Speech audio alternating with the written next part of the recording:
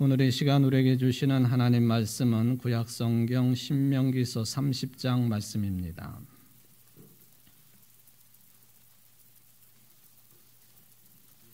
(30장) 15절부터 20절까지 말씀 봉독해 드립니다.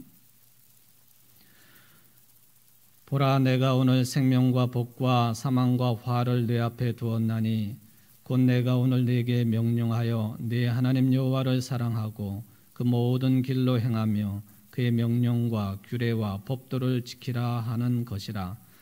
그리하면 네가 생존하며 번성할 것이요 또 내 하나님 여호와께서 네가 가서 차지할 땅에서 네게 복을 주실 것임이니라.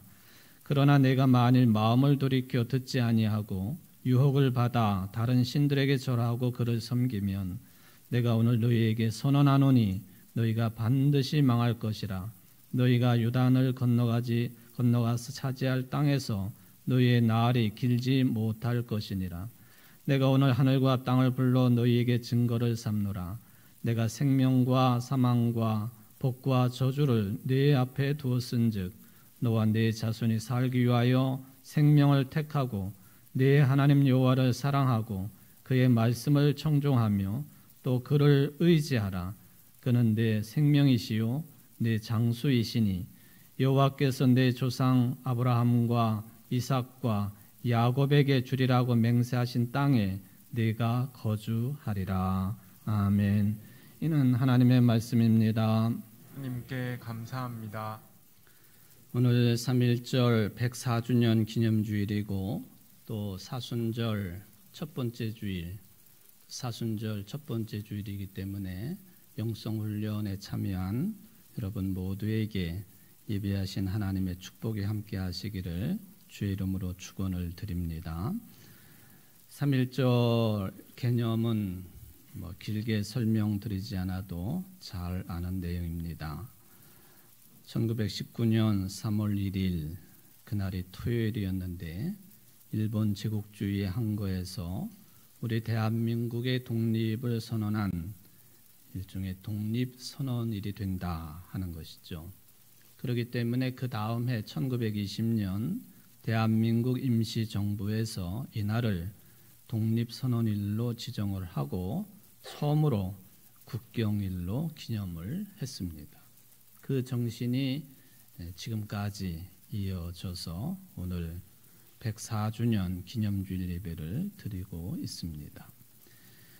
우리가 잘 알고 있는 도산 안창호 선생님은 이 날의 정신을 이렇게 표현을 했습니다. 3.1절 이날은 가장 신성한 날이요 대한민국 자유와 평등과 정의의 생일이니 진실로 상제가 허하신 날이요 이 날의 일은 개인이 작정한 것이 아니요 2천만이 하였고 다만 소리로만 한 것이 아니요 순결한 남녀의 혈로 작정한 신성한 날이요. 그렇게 3.1 정신을 표현을 했는데 여기에 보면은 진실로 상제가 허하신 날이요. 상제, 하나님께서 허락하신 날이다 하는 그런 표현을 사용을 했습니다. 안창호 선생님이 크리스찬이라고 하는 것은 잘 알고 있는 사실 아닙니까? 진실로 이 날은 상제가 허하신 날이라. 근데 요즘 이런 일본의 침략에 대한 일본국의 진정한 사과, 거기에 따른 행동은 전혀 찾아볼 수가 없습니다. 그럼에도 불구하고 우리나라가 일본에 대해서 저 자세의 외교 정책을 펼치고 있는 것이 아니냐 하는 그런 걱정이 매우 높은 것도 사실이 되겠습니다. 예를 들면은 올해부터 일본 고등학생들이 사용을 하게 될 역사 교과서에는요, 일본군 위안부 또 강제 동원 문제에 대해서 일본군이라든지 강제 연행이라든지 이런 표현들이 싹 사라지게 되어 있습니다. 또 12종의 사회 교과서에는 저들이 독도를 자신들의 영토이기 때문에 다케시마라고 부르고 있는데, 바로 사회교과서의 다케시마는 일본 고유의 영토라고 하는 주장이 공식적으로 포함이 되기 시작을 했습니다. 그 중에 8종의 교과서에서는 한국이 독도를 불법 점거하고 있다, 그렇게 기록하고 있다 하는 것이죠. 저도 잘 압니다. 한일 과거사 문제 쉽사리 풀어질 수 있는 문제는 아니라고 하는 것이죠.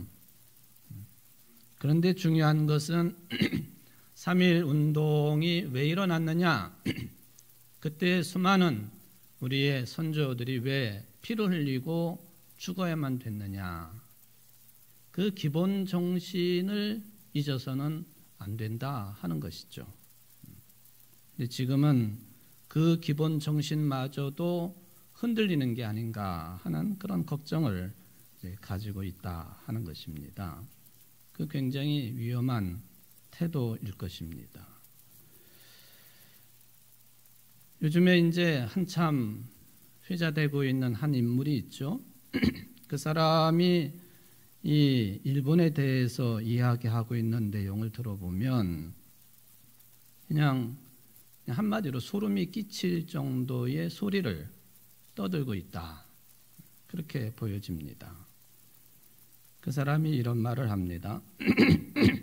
지금 우리 대한민국 사회를 이끌어가고 있는 세대가 50대와 60대 초반인데, 이 사람들이 언제 일본으로부터 총칼을 맞은 적이 있느냐? 해를 당한 적이 있느냐? 근데 뭘 일본에 대해서 사과하라고 그러느냐? 오히려 일본에 대해서 고마운 생각을 가져야 된다. 그리고 고마운 생각이 들지 않는가? 일본에 대해서 미안한 생각을 해야 된다. 이게 그 사람이 떠드는 내용이에요.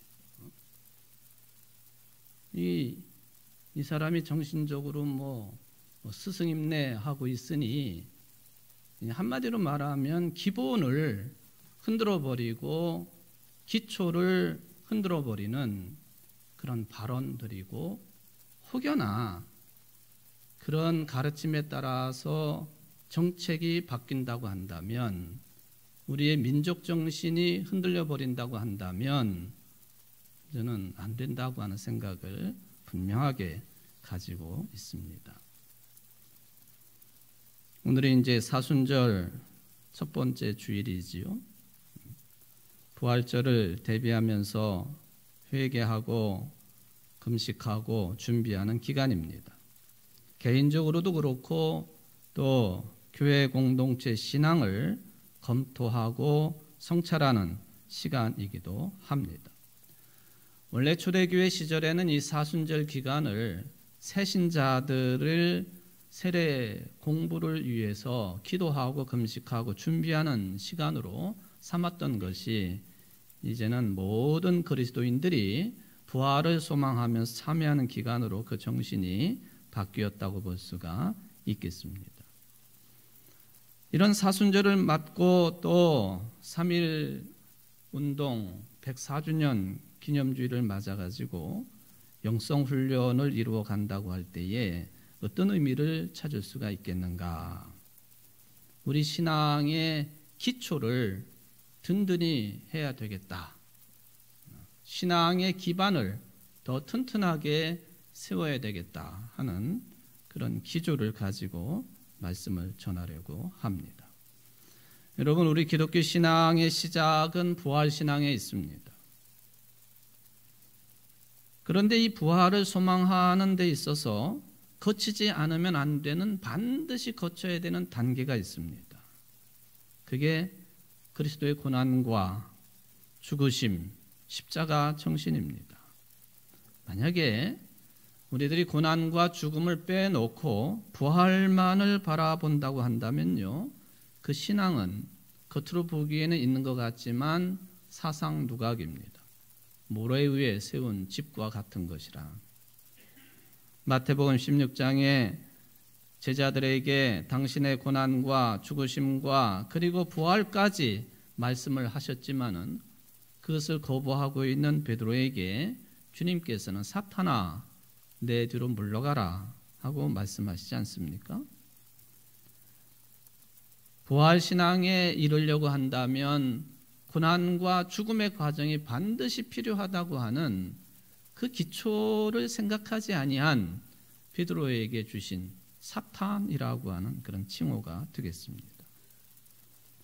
집을 지을 때 기초가 튼튼한 집을 짓는 것이 당연한 것처럼 기초가 튼튼한 신앙을 소유하고 살아가려고 한다면 사순절의 의미 또 고난과 죽음에 대한 믿음이 분명해야 되겠습니다. 저는 이 기초에 관한 특히 교회의 기초, 신앙의 기초에 대한 생각을 할 때마다 우리 교회의 현재 예배당 건축에 관한 생각을 늘 하게 됩니다. 우리 교회 앞으로 옛날에 무심천이 흘렀기 때문에 이 자리는 물이 많이 나는 곳이었습니다. 이 물이 많이 나는 곳에 1905년도에 민노아 선교사가 교회 터전으로 잡고 이곳에서 두 번에 걸친 교회당 건축이 있었죠. 그리고 세 번째가 현재 이 예배당 건축이었습니다. 언젠가도 말씀을 드렸지만은 몇 년 전에 기도실을 리모델링을 하면서 나무 바닥을 다 뜯어낸 일이 있습니다. 보니까 안타깝게도 그 속에는 건축 폐기물들이 좀 있기는 했습니다. 좀 속이 상하긴 하더라고요.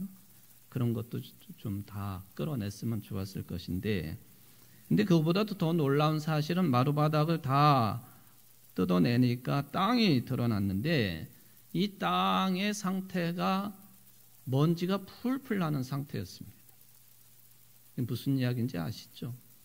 물구덩이 이 자리이지만은 우리 예배당의 기초를 얼마나 튼튼하게 세웠으면 우리 한 방울도 새어들지 아니하는 그런 건물 예배당으로 지었다. 그런 이야기가 되겠습니다. 이 교회를 설립한 민노아 선교사 1905년도에 이곳으로 교회를 옮긴 그 해에 여러분들이 부르는 찬송가에 보면은 바로 1905년도에 작사한 곡이 여러 곡입니다. 거의 대부분이 1905년도에 작사를 하셨어요. 그 중에 대표적인 곡이 찬송 204장입니다. 주의 말씀 듣고서 라는 제목이죠. 주의 말씀 듣고서 준행하는 자는 반석 위에 터 닦고 집을 지음 같아 비가 오고 물 나며 바람 부딪혀도 반석 위에 세운 집 무너지지 않네. 잘 짓고 잘 짓세. 우리 집 잘 짓세. 만세 반석 위에다 우리 집 잘 짓세. 우리 교회가 반석 위에 세워진 교회이기를 바라는 심정으로 교회를 이곳으로 옮긴 그해 1905년도에 이 찬송시를 만들었다고 저는 생각을 합니다. 아마도 그 정신을 이어받았겠습니다마는 그래서 1939년도에 예배당을 지을 때에 어르신들이 하시는 말씀 중에 보면은 건축비의 3분의 1을 눈에 보이는 이러한 벽돌을 세우고 첨탑을 세우고 장식하고 하는 데 사용했다면 물구덩이와 같은 이곳에 건축을 하면서 기초를 닦는 데에 건축비의 3분의 2를 썼다. 계산하는 사람들은 그렇게 하지 않죠. 여러분 한번 찬송 204장 1절만 한번 불러보도록 하겠습니다.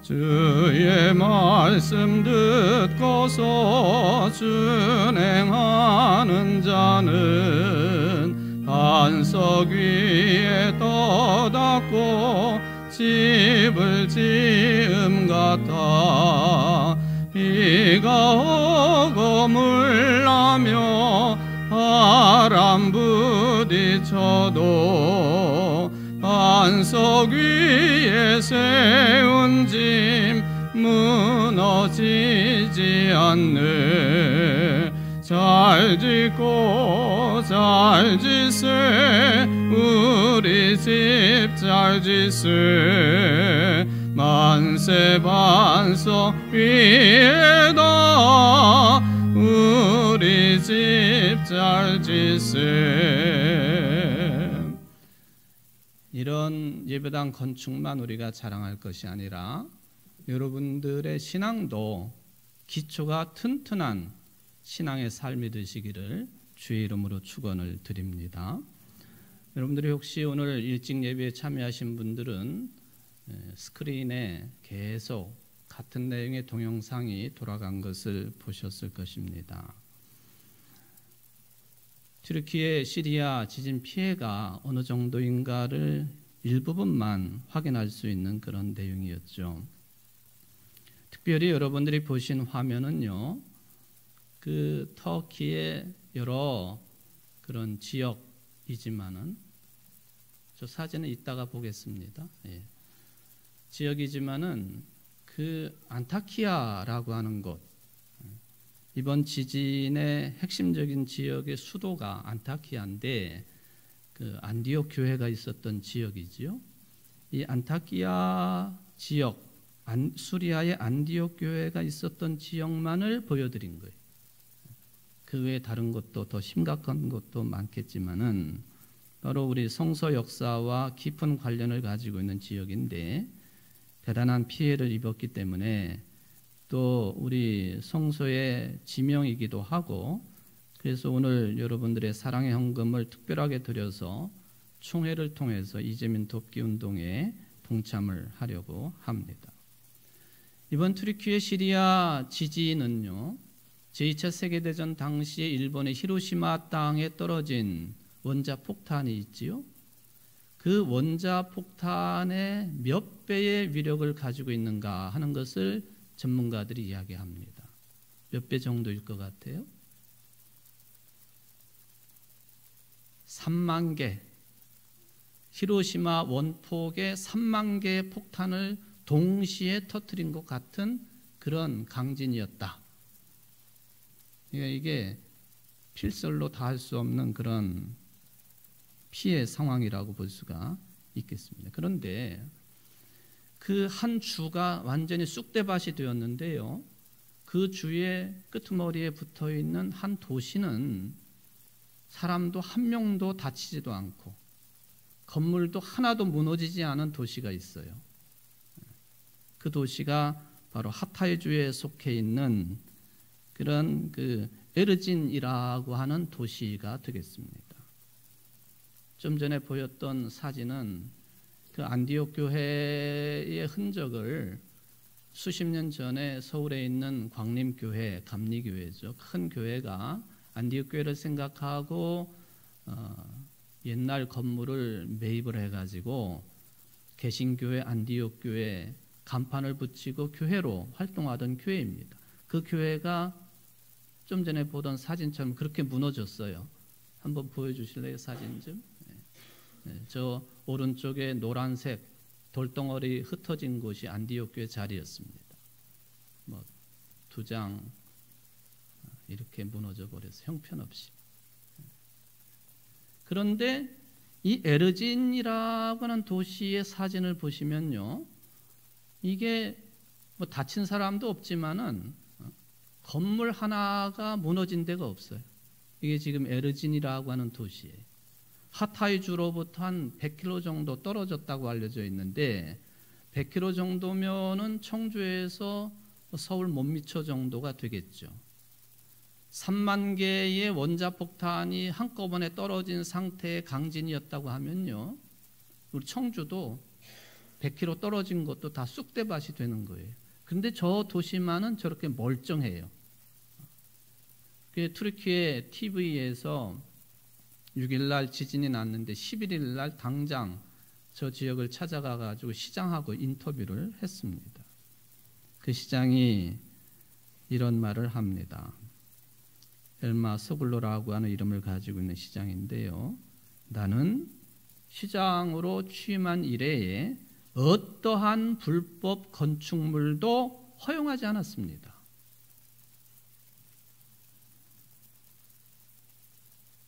단 한 명의 사상자가 없는 기적의 도시가 되었습니다. 내가 시장으로 재직하는 동안 얼마나 많은 사람들이 찾아와 가지고 항의를 하고 너무 건축 규제가 심하니까 그거를 좀 풀어달라고 요구를 했지만은 나는 절대로 그것을 허락하지 않았습니다.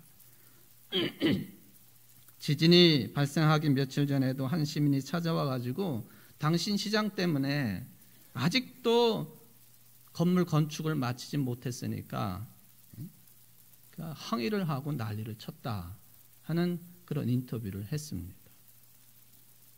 영국 BBC가 취재를 한 내용을 보면은 튀르키예 경찰이 이런 부실 건축과 관련해 가지고 수십 명을 체포하고 체포영장을 발부를 했다고 전합니다. 특별히 튀르키예 정부는 이 안전 규제를 면제해주는 건축물 사면 조치를 1960년대부터 꾸준히, 그것도 매년 한 것은 아니지만 주기적으로 건축물 사면 조치를 시행했다는 것 아닙니까? 최근에는 지금의 대통령 에르도안 대통령이 취임을 하고 4년 뒤인 2018년도에 건축물 사면 조치를 취했다고 해요. 그때 2018년도에 이 안전 규제를 면제받은 건축물 약 7만 5천 채 정도가 이번 하타이 그 지진 발생 지역에 있었다는 거죠. 뭐 무슨 얘기인지 뻔한 것 아닙니까? 결국에는 정직과 진실만을 추구하는 이 생각, 그리고 거기에 따른 뭐 정책, 정치, 이게 생명을 살리는 길이라고 하는 것을 확인할 수 있는 그런 지진 현장이었습니다. 이기적인 생각, 또 돈을 좀 아껴야 되겠다고 하는 그런 생각들, 이런 생각들이 수많은 생명들을 잃게 하는 데에 아주 적극적으로 협조하는 그런 꼴이 되고 말았다 하는 것이죠. 여러분, 기초를 튼튼히 하는 것은요, 어느 분야에나 꼭 필요한 일입니다. 중요한 일이에요. 우리는 이제 하나님의 말씀을 듣는 사람들이기 때문에 특별히 우리의 믿음의 기초를 튼튼히 세우는 것, 무엇보다도 중요한 문제입니다. 오늘 본문에 보면은 생명이라고 하는 단어가 여러 번 등장을 하는데, 믿음의 기초를 든든히 세우는 것도 생명과 직결되는 문제예요. 우리들의 살아가는 건축물을 든든히 세우는 것도, 정책을 든든히 세워가는 것도 생명과 직결되는 문제라고 하는 것을 확인을 할 수가 있겠습니다. 오늘 본문의 배경은 이스라엘 백성들이 출애굽을 마치고 요단강 동편으로 건너편 모압 땅까지 왔을 때 일입니다. 모세가 신명기 31장 1절에 보면은 이스라엘 백성들에게 폭탄 선언을 합니다. 나는 이제 120살이라 더 이상 출입도 못하겠고 하나님께서도 내게 이르시기를 너는 이 요단을 건너지 못하리라 했다. 나는 너희들과 같이 요단을 건너가지고 약속의 땅 가나안 땅에 못 들어간다 하는 폭탄 선언을 합니다. 모세의 역할이 끝나는 거예요.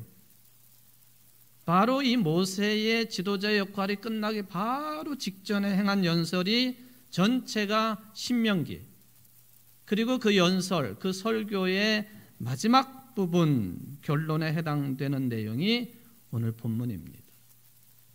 그러니까 얼마나 절박한 심정이겠습니까?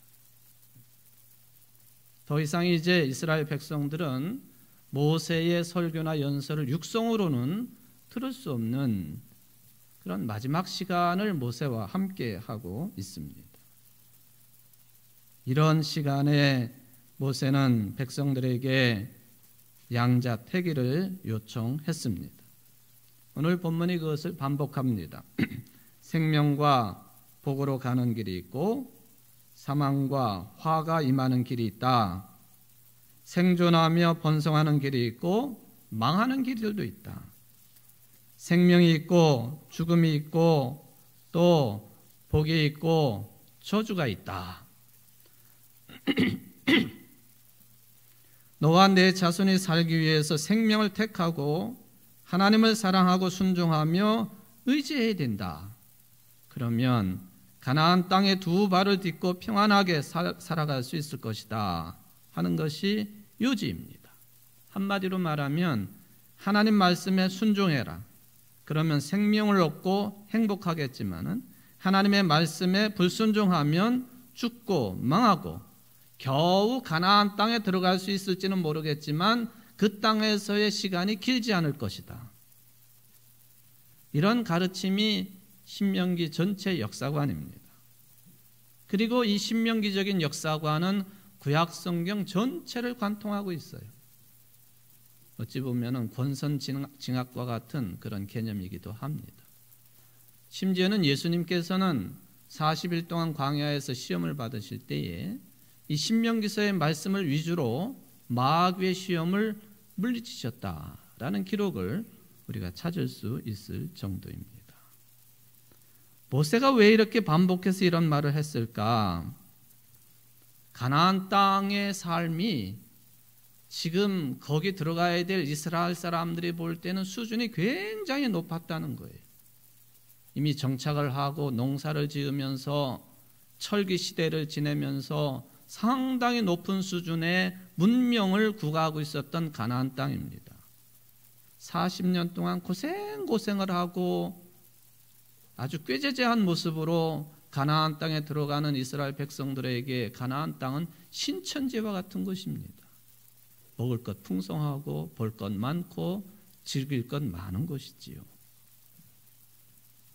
가나안의 신은 바알과 아세라 신이지요. 풍년과 다산을 보장합니다. 이 바알과 아세라 신을 제사하는 곳이 산당이었습니다. 산당, 산에 집을 지어 놓았다. 산은 그래도 평지보다 높은 곳이니까 산에다가 집을 지었다는 것은 특별한 목적이 있어요. 신을 섬기기 위해 짓는 거죠. 솔로몬의 성전이 완성되기 전까지 이스라엘 사람들은 이 가나안 땅 이방 사람들의 산당에서 하나님을 예배했습니다. 성경에 여러 흔적이 남아 있지요. 솔로몬 시절에 예루살렘 성전이 완공이 됩니다. 그리고는 산당 제사를 금했습니다. 정치가 중앙으로 몰리는 것처럼 종교 신앙도 예루살렘 성전을 중심으로 중앙 집권화가 이루어졌다라고 평가할 수가 있겠습니다. 우리 교회 역사와 관련돼가 좀 민망한 언급이지만은 일제 강점기 중에 1943년도부터요 일제 강압에 따라서 조선 예수교 장로회가 해체가 됩니다. 그때는 조선 예수교 장로회, 장로교단은 한 가지밖에 없었거든요. 그리고는 일본 기독교 조선 장로교단이 세워졌습니다. 총회 산하 모든 교회들이 해체됩니다. 충북에 있는 교회들도 합쳐져 가지고 충북교구가 탄생합니다. 그 교구장에 당시에 우리 교회 목사님이 임명되었습니다. 1943년 우리 교회에서 충청교구 집회를 열었는데 주제가 뭐냐 하면은 기존의 기독교의 계시 종교를 비판하고 신사참배를 긍정적으로 수용하고 대동아 전쟁에서 일본의 필승을 다짐하는 내용이 우리 이 예배당에서 있었던 집회의 주제였습니다. 그리고는 새로 공포된 종교 단체법에 따라서 각 도시마다 한 개의 교회만 남겨둡니다. 청주 시내 교회들이 다 문을 닫고 우리 청주 제일교회만 남겨두었습니다. 말하자면 종교의 중앙 집권화처럼 일본이 그런 짓을 합니다. 저는 한참 후대의 신앙인으로 목회자로 이런 이야기를 하기가 참 두렵고 힘든 교회 역사이지만 그래서 우리 교회 역사가 끊어지지 아니하고 이어질 수 있었던 것도 사실이지만 통회하는 심정이지요. 죄를 자백하는 심정입니다. 3.1절 기념주의를 맞아가지고 일제의 만행이 어디까지 침투했었는지를 알 수 있는 그런 내용이기도 합니다. 여러분, 예루살렘 성전으로 신앙의 중앙 집권화가 되었다고 해가지고 이스라엘 백성들의 이방 신들의 유혹에서 벗어난 건 절대 아니었습니다. 심지어는 왕마저도 수많은 여인들을 맞아들이면서 저 이방 여인들이 가지고 온 신들을 섬기기도 하고 신상들을 세우기도 하고, 솔로몬 왕 이후에 남북 왕국으로 왜 갈라졌습니까? 하나님은 그것을 지적을 하시는 거예요. 너도 이방신을 섬기지 않았느냐.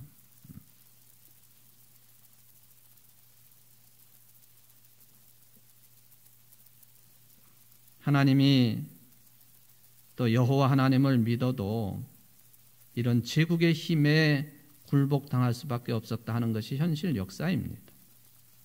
사람들이 묻고 질문합니다. 하나님이 겨우 그런 분이신가? 세상의 권력에 힘없이 무너지시는 분이신가? 그렇다면 하나님을 믿을 필요가 뭐에 있겠는가? 특히 젊은이들이 그런 질문을 많이 합니다. 세상을 살아가는데, 직장 삶을 살아가는데 기독교 신앙이 큰 도움이 되지 못한다 하는 그런 느낌을 가지고 있습니다. 오래된 교회일수록 그런 현상은 가파르게 진행됩니다. 앞으로 30년이 지나가면 한국 교회 교인들의 숫자는 3분의 1로 줄어들 가능성이 많다라고 보고되고 있지 않습니까? 그러나 모세는 그 화려한 가나안 땅에 들어가야 될 이스라엘 백성들의 가장 기본이 되는 것을 요청합니다. 모세의 연설이 선지자들 연설하고 그래서 맥이 같습니다.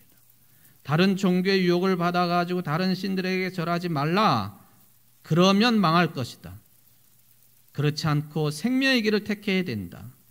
생명의 주인 되신 여호와 하나님을 사랑하고 그 말씀을 의지해야 된다. 20절에 공동 번역이 이렇게 되어 있습니다. 그것은 너희 하나님 야훼를 사랑하는 것이요 그의 말씀을 듣고 그에게만 충성을 다하는 것이다. 그것이 야훼께서 너희 손주 아브라함과 이삭과 야곱에게 주겠다고 맹세하신 땅에 자리 잡고 오래 잘 사는 길이다. 모세가요, 부자 지역으로 가니까 너희들도 부자가 되라 요구한 거 아닙니다. 이스라엘이 주변 나라들에 비해서 가장 강대한 나라가 되라 그걸 요구한 것도 아닙니다. 그런 의미에서 보면 지금도 하나님을 믿고 예수를 그리스도로 신앙 고백한다고 하는 것이요, 세상에서 돈 많이 벌고 잘 먹고 잘 사는 그런 노하우를 알려주는 종교가 아니라는 거예요. 그런데 한국의 그리스도인들이 착각을 많이 하고 있습니다. 오히려 선지자들은, 모세는 말씀을 통해서 그런 게 아니라고 선언하시지 않습니까? 하나님을 믿는 신앙이라고 하는 것은 뭐냐? 바로 우리들의 생명의 근원이 하나님 자신이라고 하는 것, 이거를 전적으로 받아들이는 영적인 태도가 하나님을 믿는 신앙의 기본입니다. 요새는 어떻습니까? 여러분, 챗 GPT라고 하는 용어를 혹시 들어보셨나요? 화면에 보시면은 그 챗 GPT, 이게 오픈 AI가 개발한 이 대화를 하는 전문 인공지능 챗봇을 말하는 것입니다. 채팅할 수 있는 로봇, 실시간으로. 쉽게 말하면은 저 대화창에다가요, 텍스트를 입력하면 거기에 맞춰가지고 대화를 하는데요, 그게 그냥 대화가 아닙니다. 질문을 하면은 논문도 척척 만들어주고요, 번역은 물론이고 노래 작사 작곡도 척척 해주고요, 코딩 작업도 광범위한 분야에서 일을 해줍니다. 얼마 전에 어떤 목사님이, 젊은 목사님이 저한테, 목사님 혹시 챗 GPT라고 아세요? 모르지, 당연히 모르지. 그게 뭔데? 글쎄 제가 시험을 해봤잖아요. 예수 그리스도의 십자가를 이렇게 대화창에 넣어봤더니요, 거기에 관련된 설교가 어마어마하게 나와요. 설교도 기계를 통해서 할 수 있다는 얘기죠. 준비할 수 있다는 얘기예요. 물론 그것은 살아있는 것은 아니겠습니다만은. 그래서 교육 연구 분야에서 이 개발이 아주 뜨거운 화제가 논쟁이 되고 있습니다. 전문 지식을 담은 에세이, 논문 순식간에 써내려갑니다. 그러니까 실제로 미국에서 학생들이 이걸 작성해가지고 숙제를 내고 에세이를 내고 심지어는 의학 논문까지도 내고 법률 논문까지도 내고 이런 시대예요. 지금 이 시대가. 이런 세상이에요.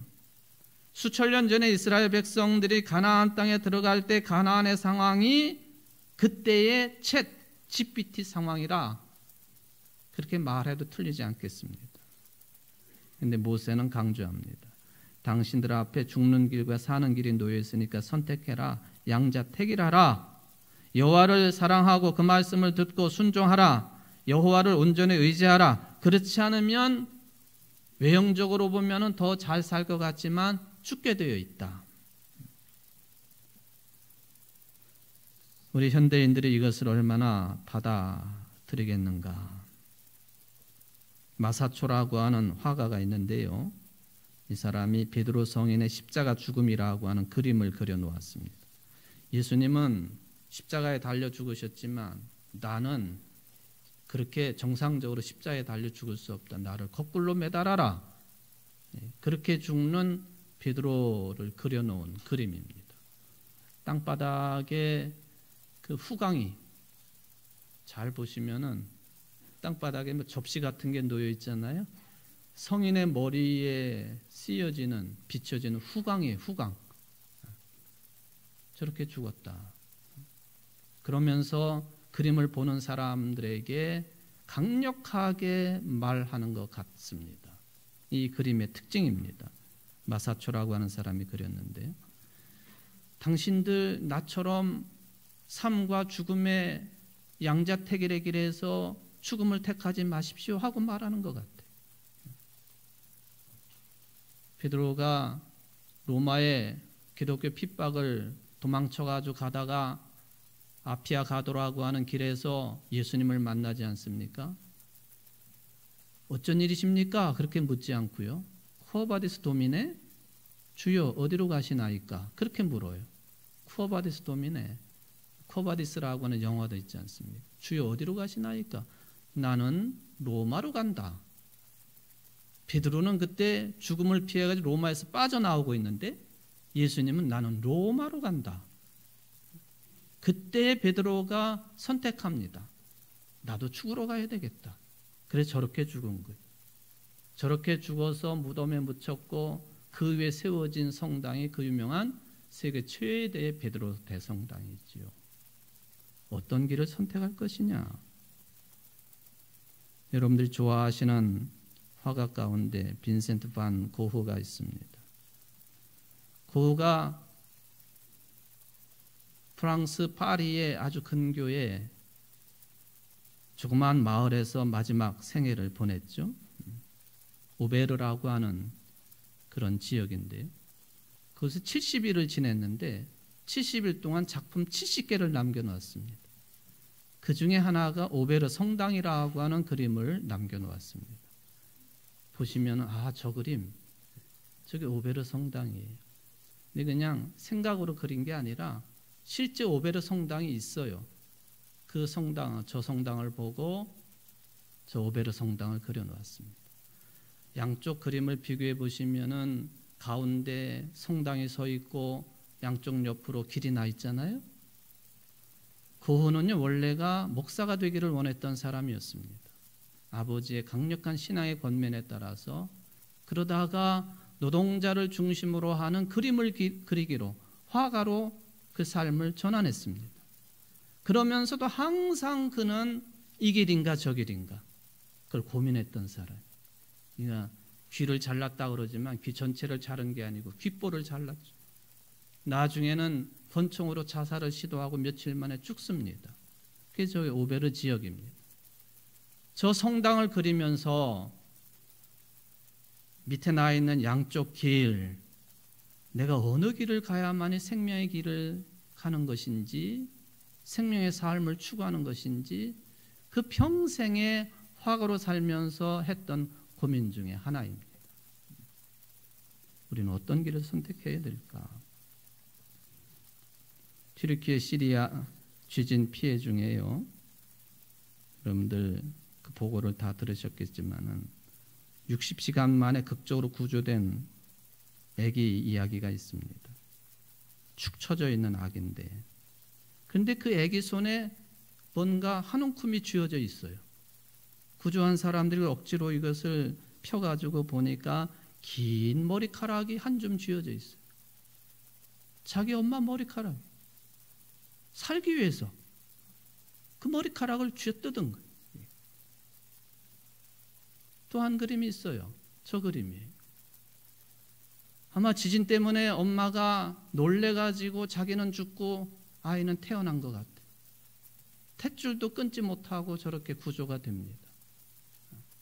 사람들이 기적이라고 하는 말로 아야라고 하는 이름을 붙여주었습니다. 전 세계에서 그 아이를 입양하겠다고 난리가 났었어요. 지금은 이제 인큐베이터에 들어갔다 건강하게 자기 고모, 친고모에게 입양이 됩니다. 친고모 유전자 검사를 통해서 친고모가 확인이 돼가지고 입양을 합니다.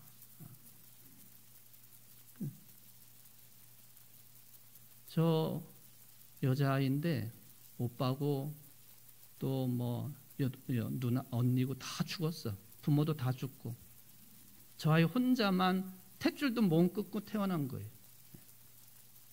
말은 할 수 없지만은 생명의 강인함이라고 하는 것은 이루 말할 수 없는 것이죠. 눈으로 볼 때 저런 생명의 삶이 있다고 한다면 여러분들의 생명줄은 어디에 있는가? 하나님의 말씀에 있고 하나님을 사랑하는 데 있고 또 그 말씀을 실천하는 데 있다. 그게 오늘 모세가 주는 말씀이에요. 세상 삶이 얼마나 빠르게 변해도 그게 기초예요. 그 기초는 흔들리지 말아야 됩니다.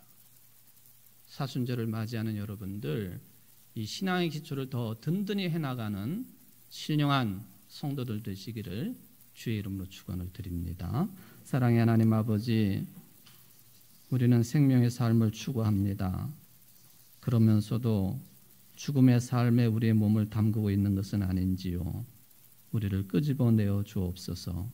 생명의 삶으로 그 길이 어느 때에는 죽음의 길이 될 수도 있지만 고난의 길도 될 수 있지만은 깨달음의 길, 예수 그리스도와 함께하는 길, 길이요 진리요 생명이란 말씀하셨으니 그 삶을 살기에 부족함이 없는 청주 제1교회 모든 성도들이 될 수 있도록 축복하여 주옵소서. 예수님의 이름으로 기도하옵나이다. 아멘.